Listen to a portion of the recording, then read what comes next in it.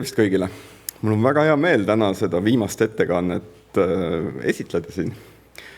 Ja kui me rääkisime eelnevalt suurtest asjadest, siis praegu räägime ka väga suurtest asjadest. Me räägime CERNist, aga me räägime ka väga väikestest asjadest. Kärbeste tagaajamisest ei räägi, me räägime hoopis nõelte otsimisest heinakuhjast ja tuula tagaajamisest lagedatel väljadel. Materjalitehnoloogia CERNi kontekstist CERNi osakeste kiirenditest meditsiiniseadmeteni. Ilmselt on tegemist laia teemaga.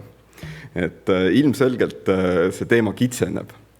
Ja ma loodan, et mõningad probleemid ning teaduslikult vastikud nähtused muutuvad selle ettekande lõpuks päris kasulikuks. Kui Reet Kurg, meie direktor, alustas päeva kerge ülevaatega meie tegemistest, siis ta tõi välja ka ERA-chair'id, mis on meie instituudis aktiivsed. Tänases ettekandes ma räägingi väga suures osas meie ERA-chair Materi tegevustest, millele see keskendub. CERNi-suunaline teadustöö on üks fookustest ja samuti on rakenduste leidmine meditsiinifüüsika või biomeditsiini valdkondades. Asjad, millega me tegeleme, on osakeste kiirendite materjalide uurimised, metallid nanoskaalas, mikroskoopia ja nanomanipulatsioon. Siin pildi peal, liikuva pildi peal, kus ta nüüd on, selle peal, näete te sõna otseses mõttes, kuidas elektronmikroskoobis PlayStationi puldiga liigutatakse ühte manipulaatorit ja painutatakse ühte nanotraati. Muud pildid on meil siis erinevad väljavõtted muudest materjalidest, oksiididest, tsinkoksiidist, vaskoksiidist ja puhtast vasest endast, mis on üks CERNi kiirendi materjalidest ning nendele materjalidele kui ka rakendustele ja metoodikatele, millega me neid materjali uurime, neile me otsime rakendusi biomeditsiini valdkondadest. Kui me läheme nüüd probleemi spetsiifilisemaks, siis mida me konkreetselt uurime, on elektromagnetväljad ja materjalid ja nende vastastik mõju. Ja fundamentaalselt see nähtus, mille vastu me huvi tunneme, on kõigile tuttav, see on säde, välk, elektriline läbilöök, kõik iga aasta vaatleme ilmselt seda piisavalt palju meie suurepäraste äikesetormide kaudu. Sellel on nii destruktiivseid omadusi, et välk võib päris muljetavaldavat kahjustust põhjustada, kui ka päris palju kasulikke omadusi, et kui me mõtleme näiteks keevitamise peale, et meie kaasaegne ühiskond ilmselt ilma sellise asjata eksisteerida ei saaks. Ja mida meie vaatame, on selle välgu sädeme või siis elektrilise läbilöögi poolt põhjustatud materjali kahjustused. Siin me näeme ühte ilusat mustrit, mis on tekkinud, meie nii ilusaid asja ei vaata. Aga enne kui me läheme edasi, mõtleme natukene suuruse peale ajas ja ruumis. Üllataval kombel see oli kõige raskem slaid ette valmistada, et ma ei ole väga palju ise ennem mõelnud nende suuruse aja ja ruumi kontekstide peale, mida me vaatame. Meie objekt, mida me uurime, on fundamentaalselt aatom, 2 või 3 või siis üks ühik kristall, vaske või mõnda muud metalli ruumis ja ajas. Paar aatomit. See on nagu jõhkralt väike pikkusühik või suurusühik. Kuidas see suhtestub? Kui me mõtleme sellele, milline on distants maa ja meile lähima tähe vahel, milleks kipub päike olema, siis see kipub olema umbkaudu 10/9 meetrit. Distants 2 aatomi vahel vasekristallis on umbkaudu 0,4 korda 10⁻⁹ meetrit. Me saame siit panna sellise kerge kooskõla, kui väikeste ruumi pikkusteni me tegelikult enda kaasaegses teaduses läheme. Ja sealt edasi, kui me mõtleme ajaühikute peale, mida me jälgime. Kui me mõtleme näpunipsu peale, see on nagu väga kiire asi, mida me teeme. See protsess, mida me tahame jälgida, on aatomite liikumine metalli pinnal. Ja me tunneme huvi selle vastu, kui kiiresti üks aatom liigub, hüppab ühe kristallvõrre nii-öelda elemendi võrra edasi. Meie elu on suurusjärgus 1 nanosekund. Pane mõni suurusjärk juurde, võta mõni suurusjärk maha. Ja mida see teeb? See tähendab seda, et see sõrmenips, mida me siin teeme täna, seda me peaksime hakkama uurima 10 aasta pärast. Et teada saada, mis toimus meie selles väikses protsessis. Me ilmselt ei mäletagi, et me tegime selle sõrmenipsu. Või siis teisiti, et kui me mõtleme tagasi võrdlus 1 aasta ja meile selline lihtsamalt hoomatav ajalugu, siis 65 miljonit aastat tagasi surid dinosaurused välja. Et siis meie 1 aasta on umbkaudu selles kontekstis võrreldav. Et mõtleme korraks lihtsalt nende aja ja pikkuse skaalade peale, mida me enda igapäevaelus nii-öelda tegelikult kasutame. Et me oleme uskumatult kaugele läinud näiteks viimase 100 aastaga. Ja mida me näeme, kui me rakendame enda mikroskoope? Et siin on konkreetse eksperimendi tulemus, kus me vaatame elektronmikroskoobiga metallipinda.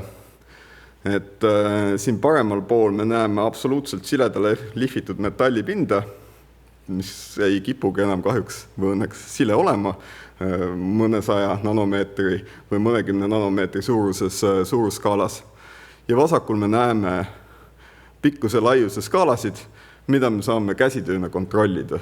Et siin on meil 2 elektroodi, mis on kontrollitud jällegi nanomanipulatsiooni eksperimendi käigus ja mida operaator on siis sõidutanud teineteisest umbes täpselt 14,6 nanomeetri kaugusele. Mis on päris muljetavaldav, seda on tehtud käsitsi, seda on liigutatud Xboxi joystikuga. Nii, ja see on see objekt, mida me uurime. See on see, mida me näeme ruumis. Kahjuks ajas meil nii lihtsaid vahendeid ei ole. Me saame jälgida statistiliselt, aga see ei ole enam see, et me saame nagu seoseid jälgida, aga me tahaksime jälgida kogu süsteemi, vaatame, ei. Siin oleks vaja film käima panna nüüd. Et siin on meil üks väikene simulatsioon, mis näitab, kuidas meie vaseaatomid käivad läbi ühest massiivsest plastilisest deformatsioonist. Et kui me võtame siin umbes nagu kaua ta käib, et see on umbkaudu 1 sekund, see siis vastab meie 10 aasta pikkusele referentsile meie enda ajaskaalas.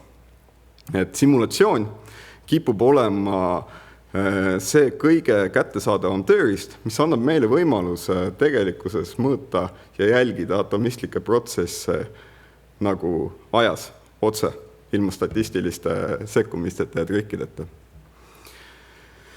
Ja kus me rakendame neid? Et meie sihtmärgiks on CERN. CERN, LHC ja muud sealsed projektid kipuvad olema üks ilmselt maailma kõige suurem mõõtemasin, teadusapparatuur, maailma kõige suurem mikroskoop ja samas ka maailma kõige võimsam mikroskoop. Et LHC, mida ta võimaldab teha? Ta võimaldab meil vaadata isegi mitte aatomit, vaid aatomi sisse. See on uskumatult väike distants, kuhu me vaatame. Aga selleks, et aatomit vaadata, on meil vaja midagi, millega vaadata. Kasutame osakesi. Anname neile osakestele energia, meeletu energia, lööme nad kokku ja vaatame, mis juhtub, sellepärast, et paremini me ei oska. Teeme katki ja vaatame, mis saab. Selleks, et seda teha, on meil vaja kasutada kiirendavaid väljasid, elektromagnetväljasid, ja meie vaatame neid kontekstis kompaktne lineaarkiirendi, mis on sirgjooneline kiirendi, planeeritud 50 kilomeetri pikkusena. Kõrval on meil võrdluseks ring, mis on praegune LHC, 27 kilomeetrina. Ja miks on seal vahet sees? Kui meil on ring, siis on meil hästi lihtne kiirendada, et intuitiivselt paned nööri otsas oleva jubina keerlema ja annad kiirust nii palju kui vaja. Aga seal on probleem. Me kiirendame laetud osakesi ja need laetud osakesed kaotavad energiat, kui me kiirendame. Ja seega me jõuame piirideni. Me ei saa enda mikroskoobiga piisavalt suurt suurendust. Teise probleemi lahendusena kasutame siis lineaarset kiirendit. Meil ei liigu osake enam nagu mööda ringjoont, saame edasi kiirendada ja nii edasi. Tekivad jälle probleemid, et materjal läheb katki. kuna me kasutame liiga suuri elektriväljasid. Ja meie tahame teada, miks ta katki läheb. Kõrval on võrdluseks uus projekt FCC, Future Circular Collider, millega tahetakse üle astuda nendest 2 probleemist. Ehk siis suurendatakse raadiust ja saavutatakse kõrgemad energiat ja loodetakse vältida neid probleeme siin, katkimineku probleeme. Eks me näe, kuidas sellega toime tullakse. Et see oli 100 kilomeetrini ring seal. Aga vaatame lähemalt, mis asi on klikk, kompaktne lineaarkiirendi. Et me rääkisime 50 kilomeetri pikkusest objektist. Tegelikkuses klikk on niisugune 20 sentimeetri pikkune vasktoru, mis on niisuguse põneva sisestruktuuriga. Seda 20 kilomeetrilist või 20 sentimeetrist vasktoru on kokku pandud nii palju, et ta tuleb 50 kilomeetrit pikk. Üks kiirendav struktuur näeb välja umbkaudu selline. Et see on selline juba sellise ühe istmerea pikkune siin. Päris palju keerulisi torusid, mis kõik juhivad jahutusvedelikke ja mikrolaineid. Ja sealt edasi, kui me tahame katseid teha ühe sellise väikse struktuuriga, on meil vaja sellist muljetavaldavad betoonpunkrit, sellepärast, et meil toimuvad elektrilised läbilöögid ja meil vabaneb päris niisugune vastik röntgenkiirgus, mis kipub inimestele kahjulik olema. Kui me vaatame, mis toimub selles kliki enda struktuuris, siis kuidas see elektron selle üles kiirendatakse, siis meil on siin läbilõige sellest samast torukesest ja siin natukene lihtsustatud skeem. Et sinisega on märgitud elektriväli, punasega on märgitud magnetväli. Me näeme esiteks, kuidas see kaval toru sisestruktuur lahutab elektri- ja magnetvälja eraldi ruumi osadesse, mikrolainet lähevad sisse siit ja elektronid tulevad või positronid tulevad samuti sisse. Sõltuvalt välja suunast osakese laengust peab õige suuna valima. Ja kui me nüüd korralikult sünkroniseerime osakese liikumise selle elektriväljaga, siis me näeme, et osake jälgib kogu aeg kõrget elektrivälja ja saab energiat juurde. Kui midagi juhtub selle sünkronisatsiooniga, siis satub osake vastupidisesse elektrivälja, tema liikumist hakatakse takistama ja põrkab kuhugi eemale. Ja kui me nüüd mõtleme selle peale, et meil on neid struktuure nagu palju, 10 000 kiirendi peale, siis me peame väga efektiivselt vältima neid läbilööke. Neid samuseid. Sellepärast, et kui läbilöök tekib, juhtub niimoodi ja juhtuvad halvad asjad elektroodiga, kiirega ja me ei saa tulemusi. Kui me mõtleme sellele, kuidas meie mehhanismid toimivad materjali uurimisel, siis erinevad pinnakahjustused on üheks variandiks, mis võib toimuda. Pinnaalusete efektid. Materjali käitumist me saame uurida emissioonivooludega, see on piisavalt statistiline meetod, näitab, kuidas pinnade efektid areneda võiksid, aga ta ei näita, mis areneb täpselt. Senine üldlevinud arvamus on, et kõrges elektriväljas kasvab meil pinna peale mingisugune emitter, materjalide efekt, tekib elektronide emissioon, emitter soojeneb, aurustub ja tekib läbilöök ja materjali kahjustus. See osa, kus meil hakkab pihta emitter, see on ebahuvitav, see on välja mõeldud juba umbkaudu siis või natuke enne, kui väljaemissioonist hakati rääkima, et see on vähemalt 100 aastat teada. Meid huvitab see probleem, kuidas see emitter tekib. Ja selleks rakendame me erinevaid vahendeid. Erinevate tasemete arvutisimulatsioonid, alates elektronstruktuuri simuleerimistest, atomistlikust tasemest, kuni lõplike elementide meetodini, mis on meie makroskoopiline tase, nende kokkuühendamine multiskaala raamistikus ja siis in situ SEM, ehk siis elektronmikroskoopia ja materjali manipulatsioon, mis aitab meil mõista, mis toimub. Ja selle tulemusena oleme praeguseks aru saanud järgnevast, et jah, me teame, et elektromagnetväljad, kõrged elektriväljad võivad muuta materjali pinna omadusi, et selle kohta on erinevaid eksperimentaalseid vaatlusi väljaemissiooni mikroskoopiast, kus näiteks siin konkreetselt Wolfram teravik muudab enda kuju, aga põnevamalt meie endi läbi viidud arvutisimulatsioonid näitavad, et kui intuitiivselt nii-öelda materjali pinnad efektid peaksid muutuma lamedaks diffusiooni tõttu. Kui me lisame elektri välja, siis nad lamedaks ei muutu. Nad muudavad kuju nii-öelda vastupidiseks, mitte intuitiivseks ja suudavad kasvatada koguni erinevaid nagu energeetiliselt väga ebasobivaid konfiguratsioone. Ja samas me näeme võrdlustest erinevate teiste katsetega, et materjali pind tõepoolest suudab elektrivälja mõjul ka lameneda, võtta erinevaid tahulisi kujusid ja muutuda selliseks, nagu ta on. Keerulisemad simulatsioonid suudavad omavahel kokku panna atomistliku tasandi elektromagnetväljad ja näidata üpriski detailselt, kuidas väljaemitrid suudavad katki minna. Õnnetuseks ei klapi veel eksperiment ja simulatsioon meil perfektselt. Me oleme kusagil elektromagnetväljadest paar suurusjärku veel möödas.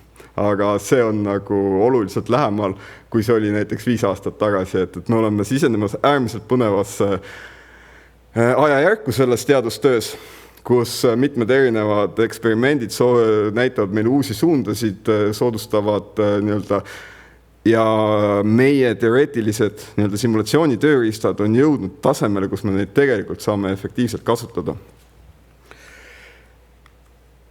Ja nüüd, rääkides meditsiiniseadmetest, siis kus kohas me saame kasutada seda lineaarkiirendit? Tuletan meelde seda LHC-d, see ring, mille peale ei saanud nagu hästi kiirendada, sellepärast et osakesed kaotasid enda energia. Seda sama efekti saame me väga hästi ära kasutada nii-öelda kiirgusravis. Et laetud osakeste kiirendamisel ja järsult pidurdamisel nad kiirgavad energiat välja. Ja sellest tulenevalt, kui meil on klassikaline kiirgusravi, siis kõige kõrgem doos on nii-öelda nahapinnal. Kui me kasutame kiirendatud osakesi, elektrone, joone, siis me suudame suhteliselt täpselt paika panna selle koha, kus kohas kiirgus vabaneb.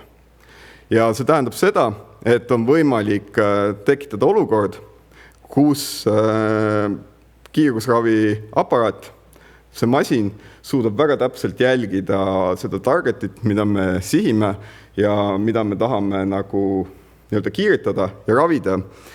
Ja kuidas on olulised elektrilised läbilöögid selles kontekstis.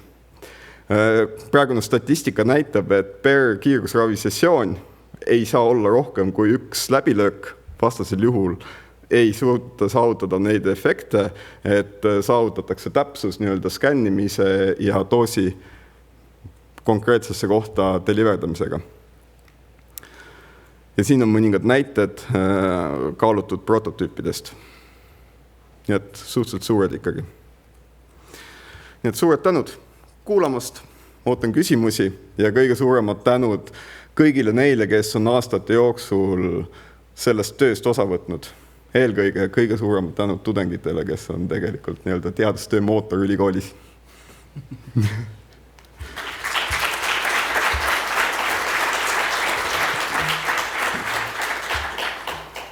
Aitüma, küsimusi. Keegi ei julge küsida. Ma küsin ise su käest,